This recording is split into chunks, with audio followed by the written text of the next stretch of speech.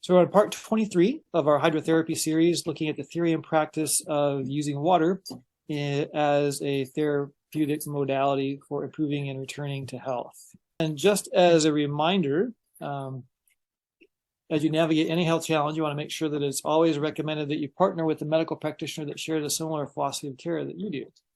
And that any tool or idea comes your way that you want to make sure you check it out and do your own due diligence, make sure that it's going to work for your situation, and never accept anything blindly as it may not be a fit for you or for your health paradigm.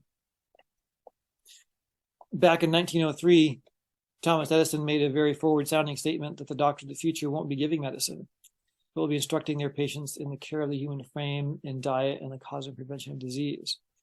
And he must have maybe gotten that from somewhere else. For example, from 1885, in Counsels on Diets and Food and Testimonies for the Church, Ellen White stated that there is only one healing art that heaven approves of, and that is God's remedies that are found in nature: pure air, water, cleanliness, a proper diet, purity of life, and a firm trust in God.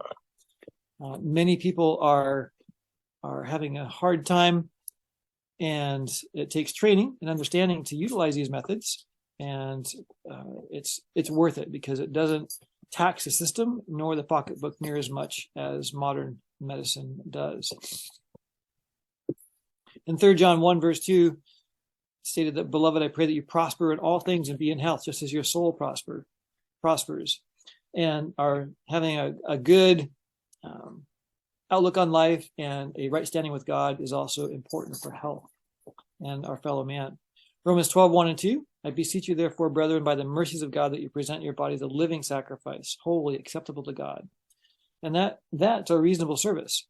"And do not be conformed to this world, but be transformed by the renewing of your mind, that you may prove what is that good and acceptable gift or perfect will of God." And in the ministry of healing, it was noted that in Corinthians talks about our bodies being the temple of the Holy Spirit, and that God wants to live out his life in us and through us.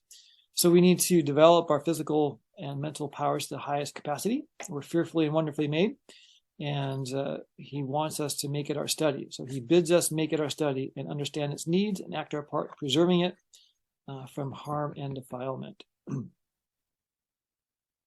So tonight we're going to be looking at hydrotherapy, particularly in the realm of some sponging techniques and indications for using sponging. So you can do a sponge bath, but this is more than a sponge bath. This is more of cooling and fever remedy. So to tried and true fever remedy, it's using a wet washcloth versus a literal sponge. Although a literal sponge can be used, like a natural sponge. But many times it may be too wet, too saturated with water. So there's 4 basic types of sponge baths. There's the hot sponge, the cold sponge, tepid sponge, and a neutral sponge. And we'll go over the different types and talk about how they're used. The benefits are that they're excellent in reducing fevers. They can help with excess fever abatement, because too much of a fever can denature proteins, and that can damage nervous tissue. So whenever you're doing hydrotherapy or doing an increased temperature, make sure you keep the neurological centers, particularly the brain, central nervous system, protected and cool enough so that it doesn't denature and destroy those neurons and their activity. So that's an important part of that whole equation. So some points to remember about a fever: they can be beneficial and can be part of a healing process that's important. Also keep in mind that when a person is having a fever, they can have a hot, dry skin. So essentially the body is not shedding the heat fast enough. So they can have a fever and have that hot, dry skin. Could be like heat stroke or something like that. But the person could also have cold, clammy skin. So ineffective thermal regulation is taking place. So cold, clammy skin, that can happen if someone is cold during a fever condition. So sponging is different for hot, dry skin versus cold and clammy skin. Essentially, a feverish person always needs to have water to drink, plenty of water.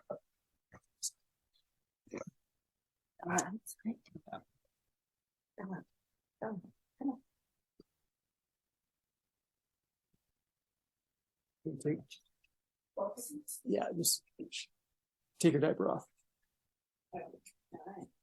Okay, I'm going to start this slide again here. So some points to remember about a fever is that, of course, a fever can be beneficial. It's a beneficial part of healing. It's very important. And the person who has a fever can have hot, dry skin. So essentially, the body isn't shedding the heat fast enough. The person could also have cold and clammy skin.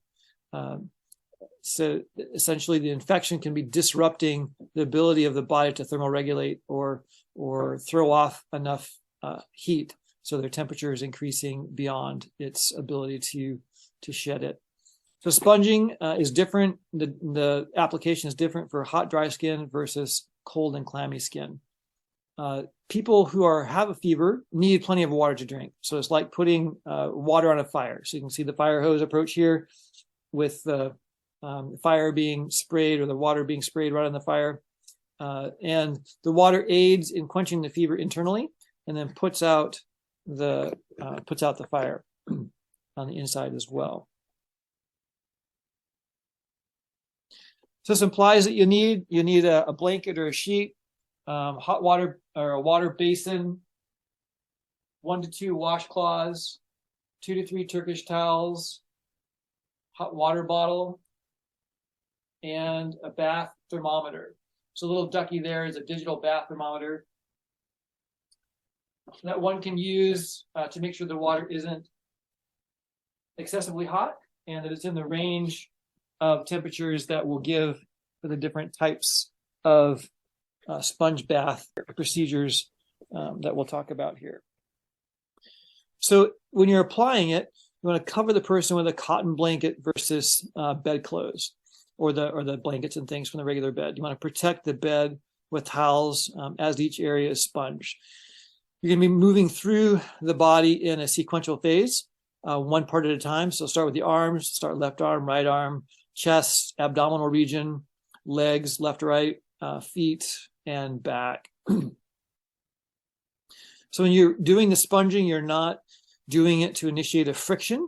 You're just applying the water and rubbing it just gently over the surface. You're basically applying water to the surface of the body.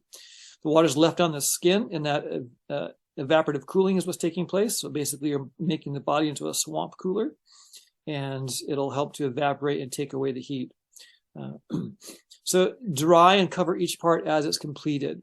So as you've finished doing a sponge bath in an area, dry it gently, cover it, move to the next area, and just be systematic and efficient about the movement through the sponging process. It can be slightly moist unless the person is prone to chilling. You want to make sure it's dry before recovering at the end of the entire treatment. So you want to check the person's body temperature 30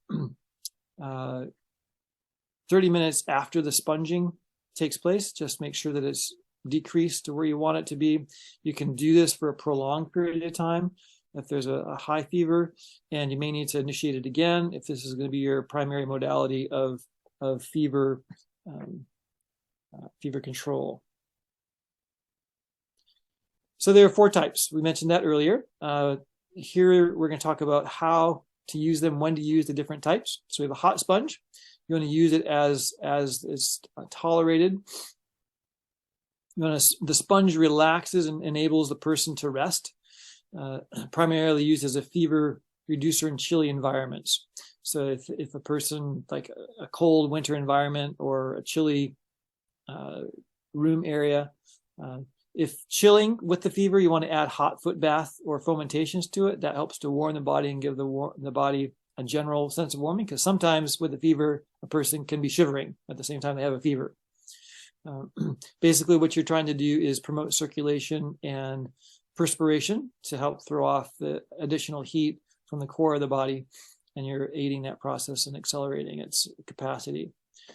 So when you apply it, you want to apply it for 40 to 45 minutes. The temp isn't going to rise as rapidly following the treatment.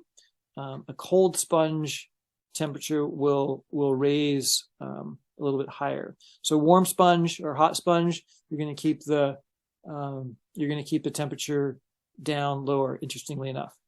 So dip the sponge several times per area that's sponged. Again, you're going to be going through that sequential arm, left arm, right arm, and trunk, chest, trunk, right and left leg, foot, and back. Dry and cover each area as you complete it. So the cold sponge, the water isn't ice cold. It's between 70 and 80 degrees Fahrenheit. And this is the one that's most used if the skin is hot and dry and there isn't chilling, inevitability for chilling to take place. Sponge the body several times until the temperature change is desired. So this is where you're going to need to monitor temperature. So have a thermometer handy to monitor the body temperature of the individual that you're working with.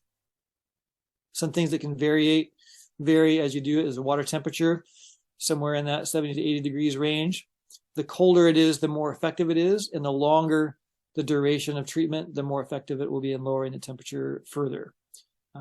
You can do a cold compress to the forehead or the armpit region to help maintain or protect the neurons, especially for the head during a higher fever, and the armpit regions in addition. So the axillary regions, essentially under the armpits.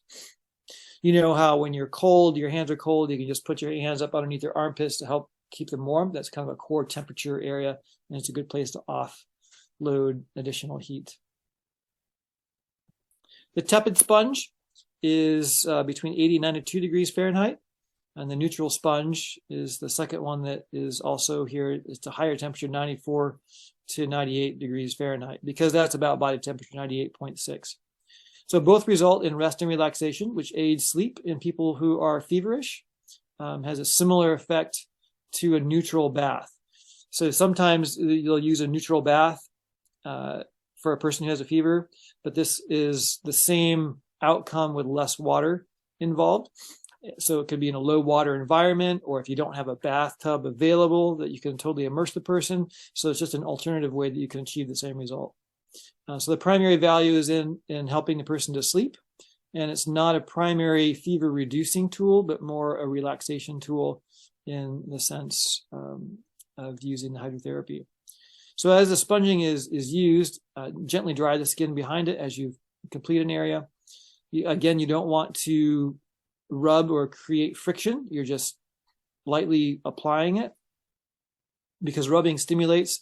Remember that when you do a friction rub along with cold, it actually accelerates the amount of cold sensation that's present. So that's not the goal here. The goal here is relaxation. So to cool, use it as a cooling mechanism, just prolong the time of application. Essentially, again, the water is going to be evaporatively cooling. It's a higher temperature of water, so there isn't going to be as drastic a change as you have with the lower temperature water for helping to draw off the heat from the body through the heat capacity of water. So quietly cover them as they relax and let the sleep overcome them so that they can get some rest. So many times a feverish individual has a tough time sleeping. So this can help move them into that state of sleep more easily. So that's looking at the various types of sponge baths. If you'd like to review that, you can go to preparingforthetimeoftrouble.com, where other topics of sustainable gardening, homestead remedies are found, and also spiritual messages regarding Earth's final warning.